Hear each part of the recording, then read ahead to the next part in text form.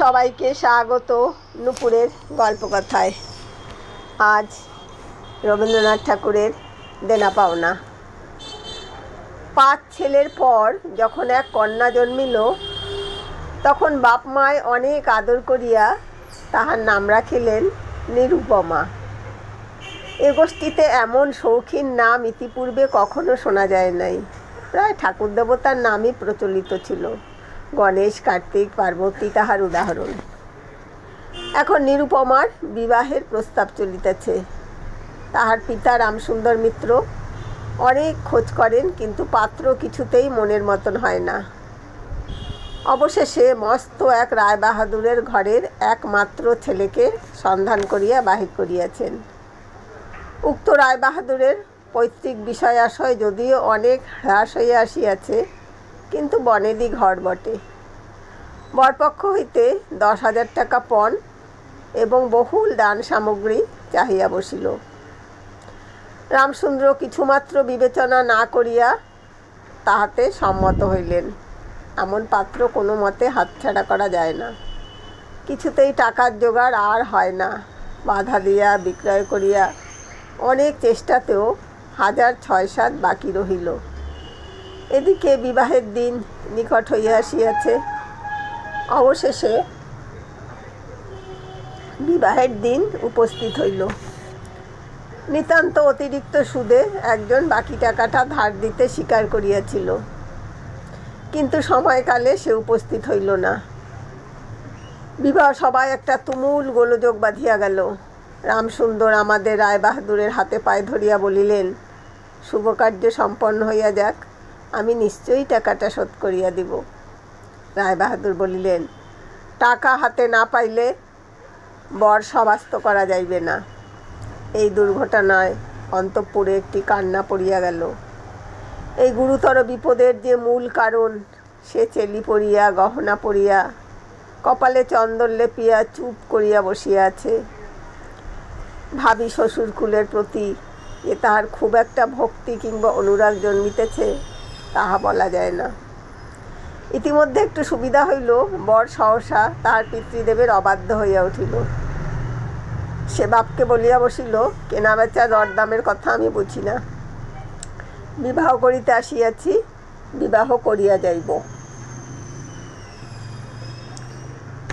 বাপ যাহাকে দেখিল তাহাকেই বলিল, দেখেছেন মহাশয়, আজকালকার ছেলেদের ব্যবহার? 2-1 প্রবীণ লোক ছিল, তাহারা বলিল, শাস্ত্র শিক্ষা নীতিশিক্ষা একেবারে নাই। কাজেই বর্তমান শিক্ষার বিষময় ফল নিজের সন্তানের মধ্যে প্রত্যক্ষ করিয়া রায়বাহাদুর হতোদ্যম হইয়া বসিয়া রহিলেন। বিবাহ এক প্রকার বিষণ্ণ নিরানন্দভাবে সম্পন্ন হইয়া গেল। শ্বশুরবাড়ি যাইবার সময় নিরুপমাকে বুকে টানিয়া লইয়া বাপ আর চোখের জল রাখিতে পারিলেন না। নিরু জিজ্ঞাসা করিল, তারা কি আর আমাকে আসতে দেবে না বাবা? রামসুন্দর বলিলেন, কেন আসতে দেবে না মা? আমি তোমাকে নিয়ে আসব। রামসুন্দর প্রায় মেয়েকে দেখিতে যান, কিন্তু বেয়াই বাড়িতে তার কোনো প্রতিপত্তি নাই। চাকরগুলো পর্যন্ত তাহাকে নিচু নজরে দেখে। অন্তঃপুরের বাহিরে একটা স্বতন্ত্র ঘরে 5 মিনিটের জন্য কোনো দিন বা মেয়েকে দেখিতে পান, কোনো দিন বা দেখিতে পান না। কুটুম্ব গৃহে এমন করিয়া আর অপমান তো সহ্য হয় না। রামসুন্দর স্থির করিলেন, যেমন করিয়া হোক টাকাটা শোধ করিয়া দিতে হইবে। কিন্তু যে ঋণভার কাঁধে চাপিয়াছে, তাহারই ভার সামলানো দুঃসাধ্য। খরচপত্রের অত্যন্ত টানাটানি পড়িয়াছে এবং পাওনাদারদের দৃষ্টিপথ এড়াইবার জন্য সর্বদাই নানারূপ হীন ও কৌশল অবলম্বন করিতে হইতেছে। এদিকে শ্বশুরবাড়ি উঠিতে বসিতে মেয়েকে খোঁটা লাগাইতেছে। পিতৃগৃহের নিন্দা শুনিয়া ঘরে দ্বার দিয়া অশ্রু বিসর্জন তাহার নিত্যক্রিয়ার মধ্যে দাঁড়াইয়াছে। বিশেষত শাশুড়ির আক্রোশ আর কিছুতেই মেটে না। যদি কেহ বলে, আহা কি স্ত্রী, বউয়ের মুখখালি দেখিলে চোখ জুড়াইয়া যায়। শাশুড়ি ঝঙ্কার দিয়া উঠিয়া বলে, স্ত্রী তো ভারী, যেমন ঘরের মেয়ে তেমনি স্ত্রী। এমনকি বউয়ের খাওয়া পড়ারও যত্ন হয় না। যদি কোনো দয়া পরতন্ত্র প্রতিবেশিনী কোনো ত্রুটির উল্লেখ করে শাশুড়ি বলে, ওই ঢের হয়েছে। অর্থাৎ বাপ যদি পুরা দাম দিত তো মেয়ে পুরা যত্ন পাইত। সকলেই এমন ভাব দেখায় যেন বধূর এখানে কোনো অধিকার নাই, ফাঁকি দিয়া প্রবেশ করিয়াছে। বোধহয় কন্যার এই সকল অনাদর এবং অপমানের কথা বাপের কানে গিয়া থাকিবে। তাই রামসুন্দর অবশেষে বসত বাড়ি বিক্রয় চেষ্টা করিতে লাগিলেন। কিন্তু ছেলেদের যে গৃহহীন করিতে বসিয়াছেন সে কথা তাহাদের নিকট হইতে গোপনে রাখিলেন। স্থির করিয়াছিলেন বাড়ি বিক্রয় করিয়া সেই বাড়ি ভাড়া লইয়া বাস করিবেন। এমন কৌশলে চলিবেন যে তাহার মৃত্যুর পূর্বে এ কথা ছেলেরা জানিতে পারিবে না। কিন্তু ছেলেরা জানিতে পারিল। সকলে আসিয়া কাঁদিয়া পড়িল। বিশেষত বড় 3টি ছেলে বিবাহিত এবং তাহাদের কাহারও বা সন্তান আছে। তাদের আপত্তি অত্যন্ত গুরুতর হইয়া দাঁড়াইল। বাড়ি বিক্রয় স্থগিত হইল। তখন রামসুন্দর নানা স্থান হইতে বিস্তর সুদে অল্প অল্প করিয়া টাকা ধার করিতে লাগিলেন। এমন হইল যে সংসারের খরচ আর চলে না। নিরু বাপের মুখ দেখিয়া সব বুঝিতে পারিল। বৃদ্ধের পক্ক কেশে, শুষ্ক মুখে এবং সদা সংকুচিতভাবে দৈন্য এবং দুশ্চিন্তা প্রকাশ হইয়া পড়িল। মেয়ের কাছে যখন বাপ অপরাধী তখন সে অপরাধের অনুতাপ কি আর গোপন রাখা যায়? রামসুন্দর যখন বেয়াই বাড়ির অনুমতিক্রমে ক্ষণকালের জন্য কন্যার সাক্ষাৎ লাভ করিতেন তখন বাপের বুক যে কেমন করিয়া ফাটে তাহার হাসি দেখিলেই টের পাওয়া যাইত। সেই ব্যথিত পিতৃহৃদয়কে সান্ত্বনা দিবার উদ্দেশ্যে দিন কতক বাপের বাড়ি যাইবার জন্য নিরু নিতান্ত অধীর হইয়া উঠিয়াছে। বাপের ম্লান মুখ দেখিয়া সে আর দূরে থাকিতে পারে না। একদিন রামসুন্দরকে কহিল, বাবা, আমাকে একবার বাড়ি লইয়া যাও। রামসুন্দর বলিলেন, আচ্ছা। কিন্তু তাহার কোনো জোর নাই। নিজের কন্যার উপরে পিতার যে স্বাভাবিক অধিকার আছে তাহা যেন পণের টাকার পরিবর্তে বন্ধক রাখিতে হইয়াছে। এমনকি কন্যার দর্শন সেও অতি সসংকোচে ভিক্ষা চাহিতে হয় এবং সময় বিশেষে নিরাশ হইলে দ্বিতীয় কথাটি কহিবার মুখ থাকে না। কিন্তু মেয়ে আপনি বাড়ি আসিতে চাহিলে বাপ তাহাকে না আনিয়া কেমন করিয়া থাকে। তাই বেয়াইয়ের নিকট সে সম্বন্ধে দরখাস্ত পেশ করিবার পূর্বে রামসুন্দর কত হীনতা, কত অপমান, কত ক্ষতি স্বীকার করিয়া যে 3,000 টাকা সংগ্রহ করিয়াছিলেন সে ইতিহাস গোপন থাকাই ভালো। নোটকখানি রুমালে জড়াইয়া চাদরে বাঁধিয়া রামসুন্দর বেয়াইয়ের নিকট গিয়া বসিলেন। প্রথমে হাস্যমুখে পাড়ার খবর পাড়িলেন। হরেকৃষ্ণের বাড়িতে একটি মস্ত চুরি হইয়া গিয়াছে তাহার আদ্যপান্ত বিবরণ বলিলেন। নবীন মাধব ও রাধা মাধব 2 ভাইয়ের তুলনা করিয়া বিদ্যা বুদ্ধি ও স্বভাব সম্বন্ধে রাধা মাধবের সুখ্যাতি এবং নবীন মাধবের নিন্দা করিলেন। শহরে একটা নূতন ব্যামো আসিয়াছে সে সম্বন্ধে অনেক আজগবি আলোচনা করিলেন। অবশেষে হুকাটি নামাইয়া রাখিয়া কথায় কথায় বলিলেন, হ্যাঁ হ্যাঁ বেয়াই, সেই টাকাটা বাকি আছে বটে। রোজই মনে করি যাচ্ছি, অমনি হাতে করে কিছু নিয়ে যাই, কিন্তু সময়কালে মনে থাকে না। আর ভাই বুড়ো হয়ে পড়েছি। এমনি এক দীর্ঘ ভূমিকা করিয়া পঞ্জরের 3খানি অস্থির মতো সেই 3খানি নোট যেন অতি সহজে অতি অবহেলে বাহির করিলেন। সবে মাত্র 3,000 টাকার নোট দেখিয়া রায়বাহাদুর অট্টহাস্য করিয়া উঠিলেন। বলিলেন, থাক বেহাই, ওতে আমার কাজ নেই। একটা প্রচলিত বাংলা প্রবাদের উল্লেখ করিয়া বলিলেন, সামান্য কারণে হাতে দুর্গন্ধ করিতে তিনি চান না। এই ঘটনার পরে মেয়েকে বাড়ি আনিবার প্রস্তাব কাহারও মুখে আসে না। কেবল রামসুন্দর ভাবিলেন, সে সকল কুটুম্বিতার সংকোচ আমাকে আর শোভা পায় না। মর্মাহতভাবে অনেকক্ষণ চুপ করিয়া থাকিয়া অবশেষে মৃদুস্বরে কথাটা পারিলেন। রায়বাহাদুর কোনো কারণ মাত্র উল্লেখ না করিয়া বলিলেন, সে এখন হচ্ছে না। এই বলিয়া কর্মোপলক্ষে স্থানান্তরে চলিয়া গেলেন। রামসুন্দর মেয়ের কাছে মুখ না দেখাইয়া কম্পিত হস্তে কয়েকখানি নোট চাদরের প্রান্তে বাঁধিয়া বাড়ি ফিরিয়া গেলেন। মনে মনে প্রতিজ্ঞা করিলেন, যতদিন না সমস্ত টাকা শোধ করিয়া দিয়া অসংখ্যতে কন্যার উপর দাবি করিতে পারিবেন, ততদিন আর বেয়াই বাড়ি যাইবেন না। বহুদিন গেল, নিরুপমা লোকের উপর লোক পাঠায়, কিন্তু বাপের দেখা পায় না। অবশেষে অভিমান করিয়া লোক পাঠানো বন্ধ করিল। তখন রামসুন্দরের মনে বড় আঘাত লাগিল, কিন্তু তবু গেলেন না। আশ্বিন মাস আসিল। রামসুন্দর বলিলেন, এবার পূজার সময় মাকে ঘরে আনিবই, নহিলে আমি। খুব একটা শক্ত রকম শপথ করিলেন। পঞ্চমী কি ষষ্ঠীর দিনে আবার চাদরের প্রান্তে গুটিকতক নোট বাঁধিয়া রামসুন্দর যাত্রার উদ্যোগ করিলেন। 5 বৎসরের এক নাতি আসিয়া বলিল, দাদা, আমার জন্য গাড়ি কিনতে যাচ্ছিস? বহুদিন হইতে তাহার ঠেলা গাড়িতে চড়িয়া হাওয়া খাইবার শখ হইয়াছে, কিন্তু কিছুতেই তাহা মিটিবার উপায় হইতেছে না। 6 বৎসরের এক নাতিনী আসিয়া সরোদনে কহিল, পূজার নিমন্ত্রণে যাইবার মতো তাহার একখানিও ভালো কাপড় নাই। রামসুন্দর তাহা জানিতেন এবং সে সম্বন্ধে তামাক খাইতে খাইতে বৃদ্ধ অনেক চিন্তা করিয়াছেন। রায়বাহাদুরের বাড়ি যখন পূজার নিমন্ত্রণ হইবে, তখন তাহার বধূগণকে অতি যৎসামান্য অলঙ্কারে অনুগ্রহপাত্র দরিদ্রের মতো যাইতে হইবে, এ কথা স্মরণ করিয়া তিনি অনেক দীর্ঘশ্বাস ফেলিয়াছেন।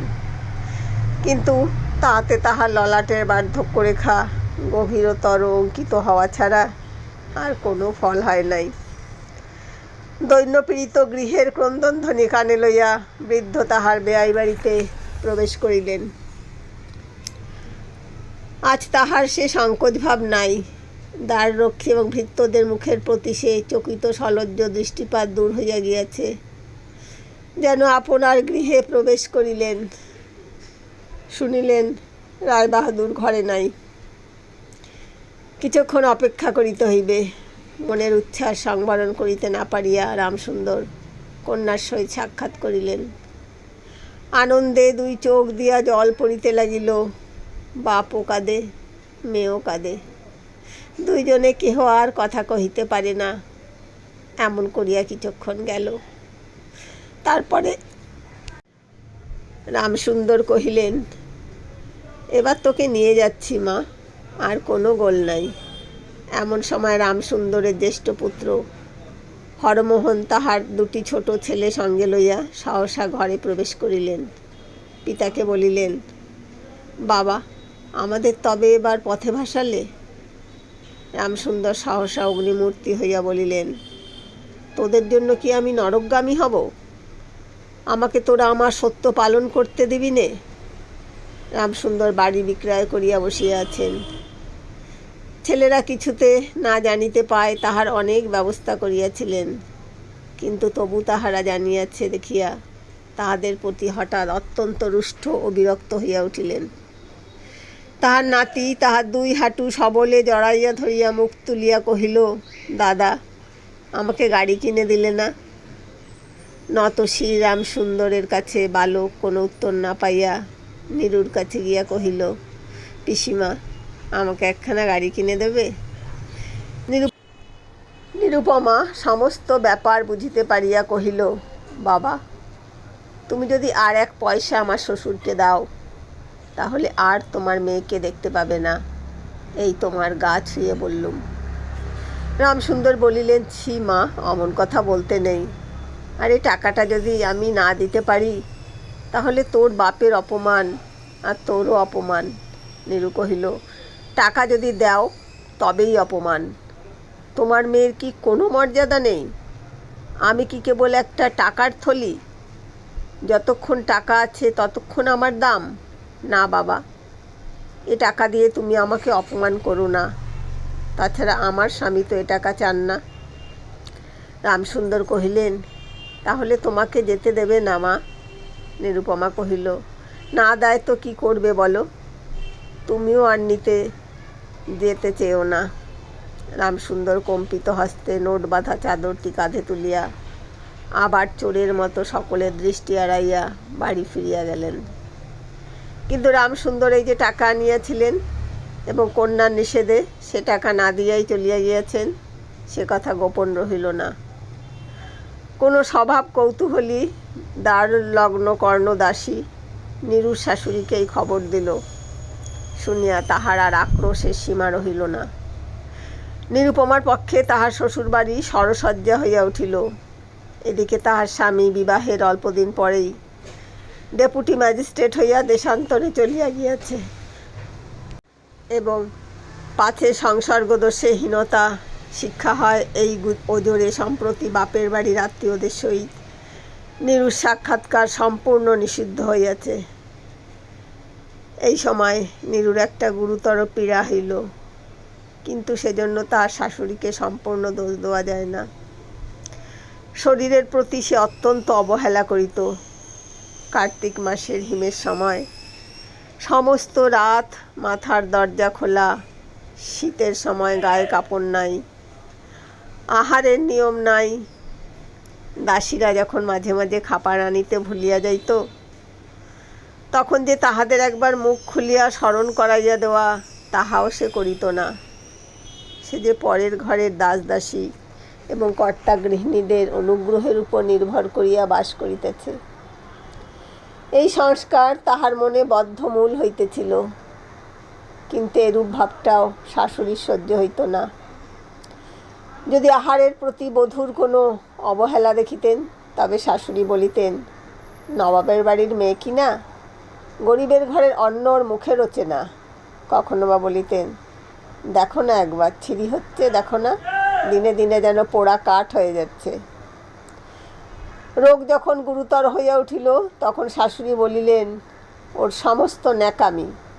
অবশেষে একদিন নীরু সবিনয় শাশুড়িকে বলিল, বাবাকে আর আমার ভাইদের একবার দেখব মা। শাশুড়ি বলিলেন, কেবল বাপের বাড়ি যাইবার ছল। কেহ বলিলে বিশ্বাস করিবে না। যেদিন সন্ধ্যার সময় নীরুর শ্বাস উপস্থিত হইল, সেই দিন প্রথম ডাক্তার দেখিল এবং সেই দিন ডাক্তারের দেখা শেষ হইল। বাড়ির বড় বউ মরিয়াছে। খুব ধুম করিয়া অন্ত্যেষ্টিক্রিয়া সম্পন্ন হইল। প্রতিমা বিসর্জনের সমারোহে জেলার মধ্যে রায়চৌধুরীদের যেমন লোকবিখ্যাত প্রতিপত্তি আছে, বড় বউয়ের সৎকার সম্বন্ধে রায়বাহাদুরের তেমনি একটি খ্যাতি রটিয়া গেল। এমন চন্দন কাষ্ঠের চিতা এ মুলুকে কেহ কখনো দেখে নাই। এমন ঘটা করিয়া শ্রাদ্ধ কেবল রায়বাহাদুরদের বাড়িতেই সম্ভব, এবং শোনা যায় ইহাতে তাহাদের কিঞ্চিত ঋণ হইয়াছিল। রামসুন্দরকে সান্ত্বনা দিবার সময় তাহার মেয়ের যে কিরূপ মহাসমারোহে মৃত্যু হইয়াছে, সকলেই তাহার বহুল বর্ণনা করিল। এদিকে ডেপুটি ম্যাজিস্ট্রেটের চিঠি আসিল, আমি এখানে সমস্ত বন্দোবস্ত করিয়া লইয়াছি, অতএব অবিলম্বনে আমার স্ত্রীকে এখানে পাঠাইবে। রায়বাহাদুরের মহিষী লিখিলেন, বাবা, তোমার জন্যে আরেকটি মেয়ে সম্বন্ধ করিয়াছি, অতএব অবিলম্বে ছুটি লইয়া এখানে আসিবে। এবারে 20,000 টাকা পণ এবং হাতে হাতে আদায়।